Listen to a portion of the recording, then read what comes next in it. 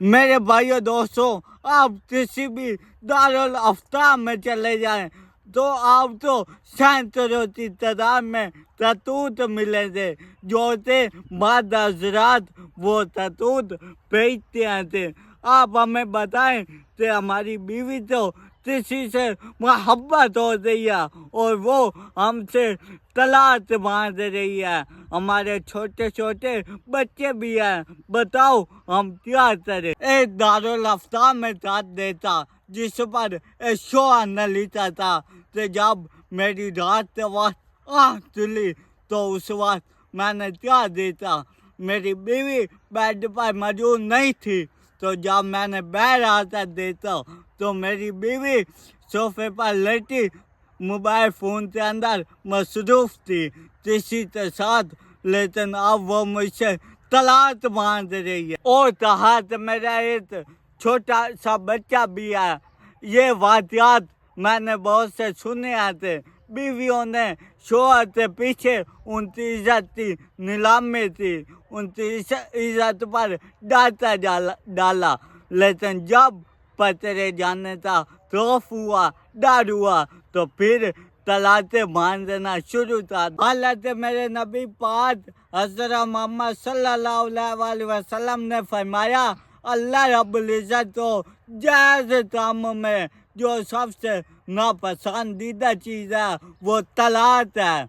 आप कुरान मजीद में सूरह बकरा से लेकर सूरह वन-नास तक कुरान मजीद का मुतालिया करें, आप तो नमाज रोज़ा ज़कात हज किसी एक चीज़ की तफसीलात नहीं मिलेंगी, आप तो नमाज तक का तरीका नहीं मिलेगा, आप तो इनकी तस्बीहात तक का तरीका नहीं मिलेगा। लेकिन निकाह, तलाक, तुला, शादी, अज़वाजी मामलात, मियाँ बीवी से ताल्लुकात, घरेलू नाचाती और ज़्यादा औक़ात में इख्तिलाफ़ात की सूरत में करने से काम मियाँ बीवी से सब कुछ इस कुरान मजीद में अब तो नजर आ जाएगा, जिस कुरान मजीद को हम चूम चूम कर सिर्फ अलमारियों में रख देते हैं। अब तो ये बात माननी पड़ेगी कि हमारे माशरे के अंदर तलाक की सबसे बड़ी वजह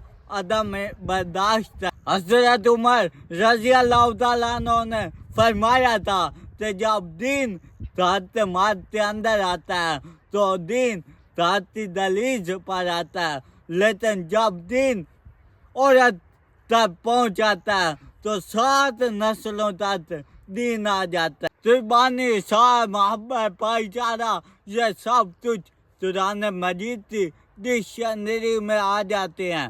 कमाल तो ये है कि आज के दौर में हमारे फैमिली सिस्टम में सिर्फ मुकाबला बढ़ती रहती है, ये सब चीज़ें हमारे घरों में खत्म हो चुकी हैं। दुष्ट ख़वातीन की ना खत्म होने वाली तवाशात ने हमारे माशरे को जहन्नम में जन्म दिया। इलेक्ट्रॉनिक मीडिया, टीवी, सीरियल और इन टच मोबाइलों ने गाँव और कच्ची बस्तियों में रहने वाली लड़कियों के दिल में शाहरुख खान जैसा आइडियल पैदा कर दिया। फिर इस व्हाट्सएप और सोशल मीडिया में बहुत बड़ी तबाही मचाई।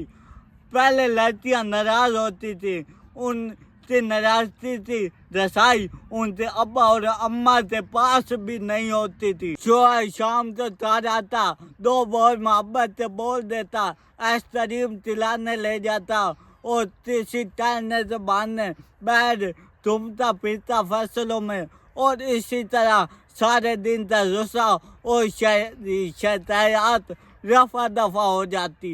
लेकिन आज के दौर में गुस्सा आया नहीं, लेकिन फिर भी व्हाट्सएप के जरिए बात सारे घर वालों तक पहुंच चुकी होती है। फिर इस वजह से या तो पूरा खानदान तबाह हो चुका होता है या इसका नतीजा तो तस्वीरों में निकलता है। मैं औरतों से इतना कहूँगा, एक बात याद रखो और अपने ज़हन में बिठा लो, कुरान मजीद में यही हुक्म है। मेरे नबी पाक ने यही फरमाया कि माती घर में वही हैसियत होती है जितनी एक रियासत में सरबराह। अगर आप रियासत में بہتری کی بجائے سربراہ سے بغاوت پر آمادہ رہیں گے تو ریاست کا قائم رہنا مشکل ہو جائے گا، جس کو اللہ رب العزت نے جو عزت اور مقام دیا اس کو وہی عزت اور مقام دینا سیکھتے، اور اگر آپ ایسا نہیں کریں گے تو آپ اپنی زندگی کو جہنم بنا بیٹھیں گے اور اپنے ذات کو توڑ بیٹھیں گے۔